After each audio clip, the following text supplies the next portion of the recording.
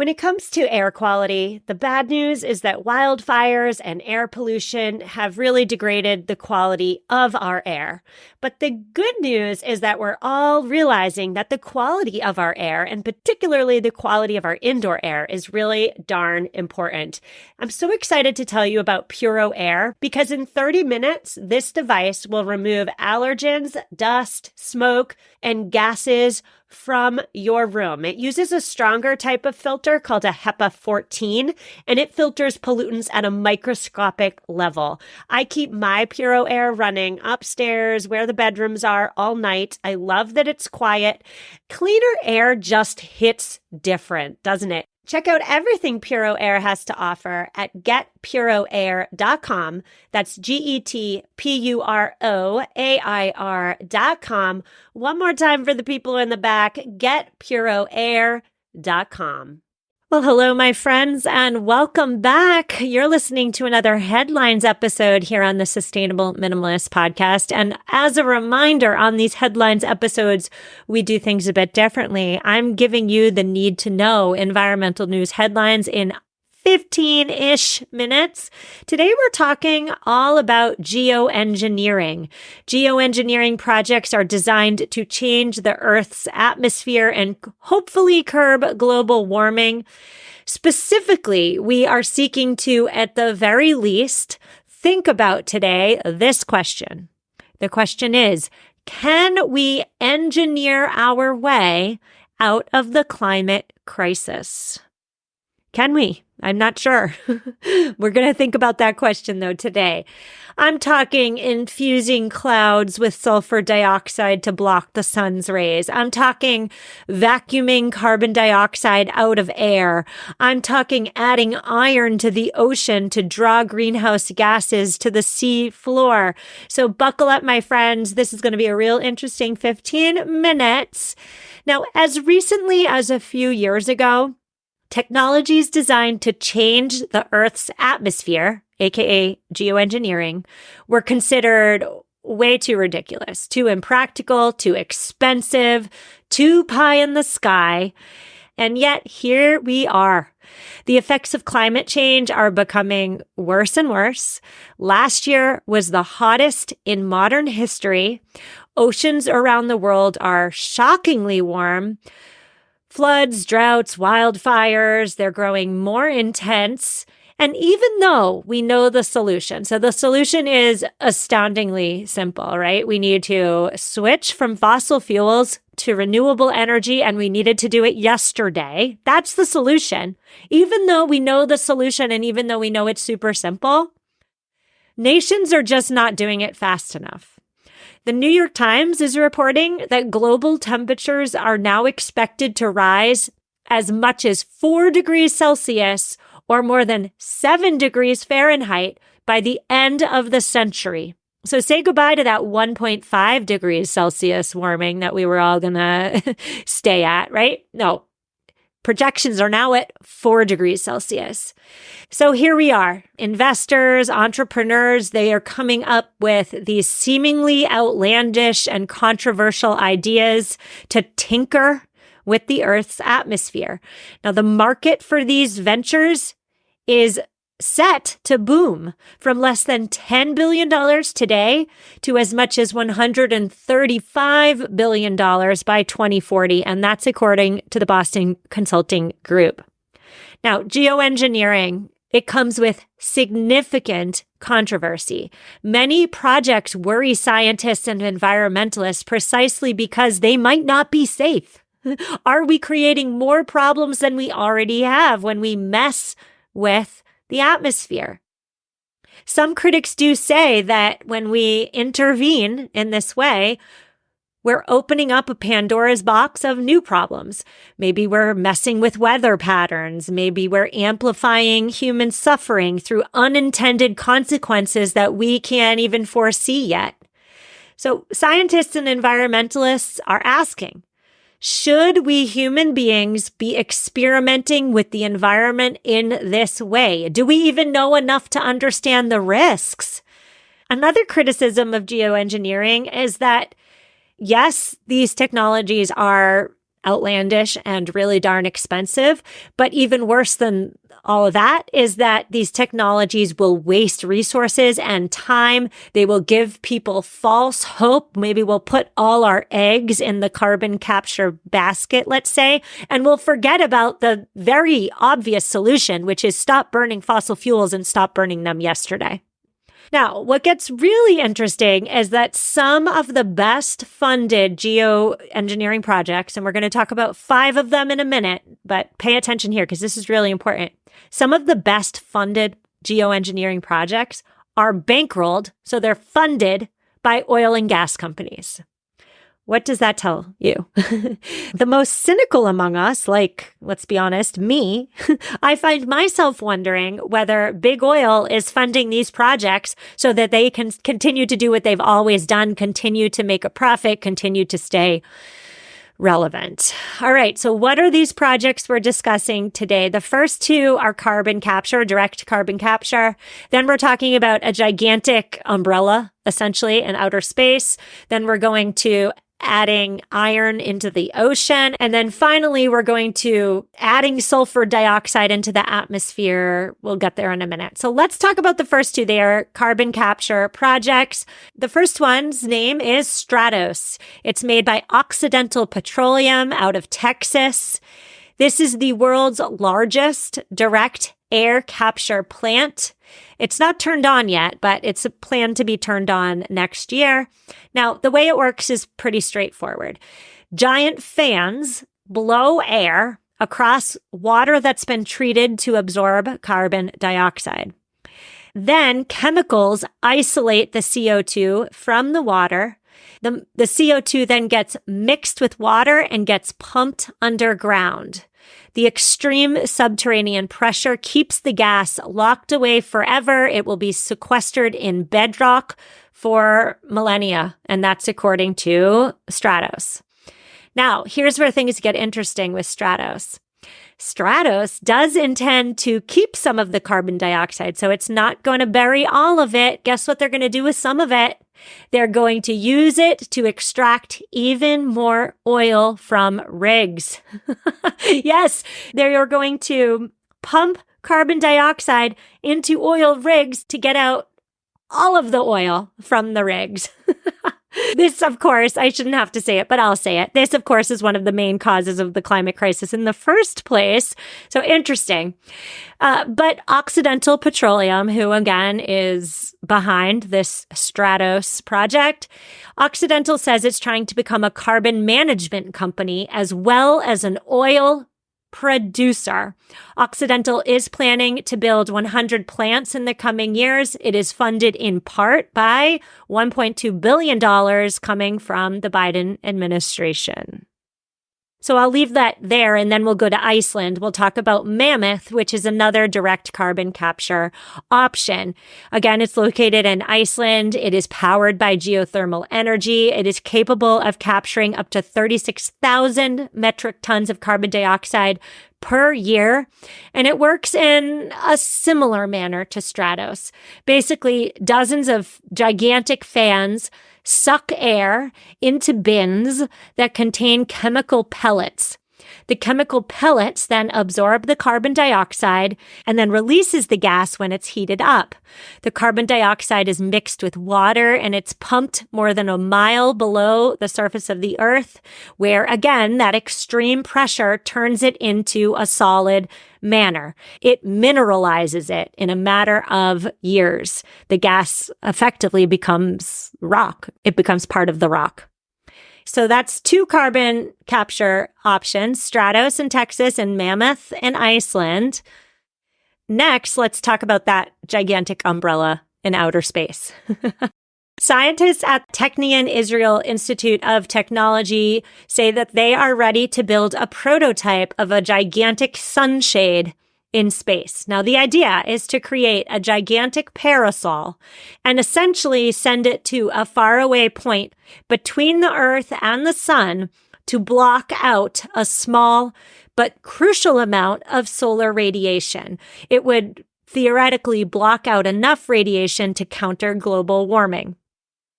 Scientists have calculated that if just under 2% of the sun's radiation is blocked, that would be enough to cool the planet by 1.5 degrees Celsius. That would also, of course, hopefully keep the Earth within manageable climate boundaries. So proponents of the sunshade say that it's not a end-all be-all solution. It could just be one of many solutions working in harmony together to solve this gigantic problem that is climate change. Critics, however, of the sunshade argue that the sunshade, if it ever even got made, it would be astronomically expensive and would never, in reality, be implemented in time, given the speed of global warming. We're going to take our sponsor break, and then when we come back, we have 2 more geoengineering projects that are happening right now to discuss. We're going to talk about geoengineering the oceans, and then we're going to talk about sending sulfur dioxide up into the atmosphere in balloons. Yes, it happened. We'll get there after our quick sponsor break. If you've been paying attention, you've likely heard something about gut health and why zoning in on your gut health is so darn important. You need EQ's Daily Women's Microbiome Defense. It's a 3-in-1 capsule that supports your digestive health and promotes gut barrier protection. I started taking EQ's Daily Women's Microbiome Defense because I have a bloating problem, friends. Yes, I do. Inflammation is not my friend. Since taking 1 capsule a day on an empty stomach with water, I have noticed more energy, improved skin, and here's the big one, reduced bloating. Head to myeq.com and use code SUSTAINABLE for 15% off Equilibria's microbiome defense and so much more. That's myeq.com and use code SUSTAINABLE at checkout for 15% off site-wide today. Mother's Day is around the corner, and I have the best gift idea for you. Hold on to your hats. It's mylifeinabook.com. Every week, My Life in a Book will send your mom a question via email. They will compile all of your mom or the mom in your life's answers and create a legacy keepsake book. The book becomes something you and future generations can treasure forever. I gave both my mother and my mother-in-law My Life in a Book, and they've already started responding to the prompts. When my mother-in-law received her first prompt, she said, "Oh my goodness, what a thoughtful gift." And that's what we all want, right? We all want to give thoughtful gifts. So check out mylifeinabook.com and use code SUSTAINABLE at checkout for 10% off.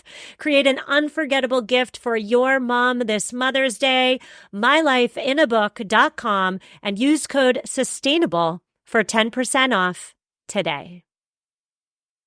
Nothing nurtures the world above better than the soil below, and that's why I am so excited to introduce you to Coast of Maine. Coast of Maine is an organic soil brand that offers a full range of products designed to cover all of your garden and lawn needs. In years past, my vegetable garden, I neglected the soil and I didn't have much yield. If your soil lacks appropriate nutrients for success, your garden may not succeed. And so this year, I am so excited to cultivate the soil before planting the plants with Coast of Maine's organic products. Coast of Maine believes in nurturing relationships with local retailers. So next time you're at your local retailer, look for Coast of Maine products. Get growing. Visit coastofmaine.com to find a local retailer near you. coastofmaine.com. And we're back. Today we're discussing 5 geoengineering projects that are well underway in hopes of, again, messing with the Earth's atmosphere in hopes of curbing the most disastrous effects of global warming. Before the break, we discussed 2 direct carbon capture plants. We also discussed a gigantic sunshade that is ready to be made into a prototype to block the sun's radiation. Now let's go to the ocean. The ocean has an awful lot of photosynthesizing plants, doesn't it? I'm talking algae. Well, some scientists believe that adding iron to the ocean is a great way to make algae bloom, so more algae. And the idea is more algae means more photosynthesis and less carbon dioxide in the air. Because yes, the more algae grows, the more this algae will convert carbon dioxide in the air to organic carbon, which will hopefully, fingers crossed, sink into the watery depths of the ocean. Now, there are plenty of concerns about inadvertent effects of adding iron into our oceans. The big one being the creation of toxic algae blooms. Perhaps you know something about algae blooms. They're horrible for marine life. They essentially suffocate marine life. In 2012, an entrepreneur added 100 tons of iron to the ocean and created a substantial plankton bloom. And so many scientists and policymakers are worried about what would happen if entrepreneurs scaled up the adding iron to the ocean without governmental oversight. And now the good news, of course, is that ocean fertilization theoretically would cost less than other options like that sunshade, let's say. And proponents too also argue that ocean fertilization will reduce ocean acidification, and that acidification is what plagues coral reefs and shellfish. And so it could have more long-lasting positive effects on the oceans than solar radiation management. Maybe. I don't know. I'm not a marine biologist, but adding iron to the ocean just, my spidey sense is going off. That does not sound like a good idea personally. But now let's move on to our final geoengineering idea today. And it is from a company called Make Sunsets. They are out of Southern California. This is all about solar geoengineering. Make Sunsets launched 2 balloons in Southern California last year. Each balloon carried less than 10 grams of sulfur dioxide. And I want to say that this test flight that they did, it was so small. Make Sunsets said it purchased the sulfur and the weather balloons off of Amazon. So they sent these weather balloons filled with sulfur dioxide into the atmosphere, because when sulfur dioxide is oxidized in the atmosphere, it can form particles that reflect sunlight back into space. This happens with large volcanic eruptions, which can release tens of millions of tons of sulfur dioxide. And so there is evidence that sulfur dioxide emissions from volcanic eruptions can cool the planet. It's happened in the past. But a UN-backed panel of experts did come to the conclusion that this technique does come with significant risks and can have unintended consequences on the ozone layer. That's, of course, after decades of work to repair all the holes in the ozone layer that we human beings caused in the last 50 years. So this startup, Make Sunsets, did try to launch their sulfur dioxide balloons into the stratosphere. And now, of course, the government of Mexico was not too happy. Mexico said it will prohibit such experiments going forward. So what's the final word today? The final word is that geoengineering projects raise some gigantic questions, don't they? Who gets the right to alter the planet? Who gets that right? What burdens of proof should they first meet? Should they meet any? Right now, there are no international standards governing these new geoengineering technologies, even though these technologies could affect the whole planet. Now, of course, too, I must say the other side of the argument, you could make the argument that thanks to our excessive burning of fossil fuels, we human beings have already been manipulating the planet for the past couple hundred years, right? And that's because we humans have added enough carbon dioxide to the atmosphere to mess up weather patterns, melt glaciers, wipe out coral reefs, wipe out species. And so I wanted to air this episode today so that we're all on the same page with regard to potential solutions, but let's not forget the solution is simple. The solution is to stop burning fossil fuels. The solution may not be an umbrella in space. The solution is not as simple as direct carbon capture out of Texas that is going to then use some carbon dioxide to pump out some more oil. So we'll be back on Tuesday for our regularly scheduled interview where we're talking about growing. Yes, it's spring. It's time to grow, isn't it? Oh my gosh, I feel rejuvenated. It's spring and it's time to grow. I'll see you on Tuesday. Of course, if you find yourself thinking about what you hear on this show, or if you find yourself talking about what you hear on this show with others, perhaps even this show helps you to think about life a little bit differently. If any of that's true for you, please consider supporting the show. The link is in the show notes. Thank you so much. I'll see you Tuesday. Have an amazing weekend and take care. You know how to book flights and hotels. All you're missing is a tool to plan the travel experiences you'll have once you arrive. That's why you need Viator. Book guided tours, activities, excursions, and more in one place to make your trip truly unforgettable. Viator has over 300,000 travel experiences to choose from. Everything from simple tours to extreme adventures and all the niche, interesting stuff in between. So you can plan something that everyone you're traveling with will enjoy. Real traveler reviews give the inside scoop from people who've already been on the experiences you're considering. So you can plan with confidence. Free cancellation helps you plan for the unexpected. And 24/7 customer support means you can travel worry-free. Download the Viator app now and use code Viator10 for 10% off your first booking in the app. Find travel experiences for you. Do more with Viator. Looks like you need a vacation. Enter the 5-Hour Energy Where Will the Tide Take You sweepstakes. You could win a $10,000 dream beach vacation. Imagine jet setting off to a tropical paradise, having fun in the sun, or diving at a gorgeous reef.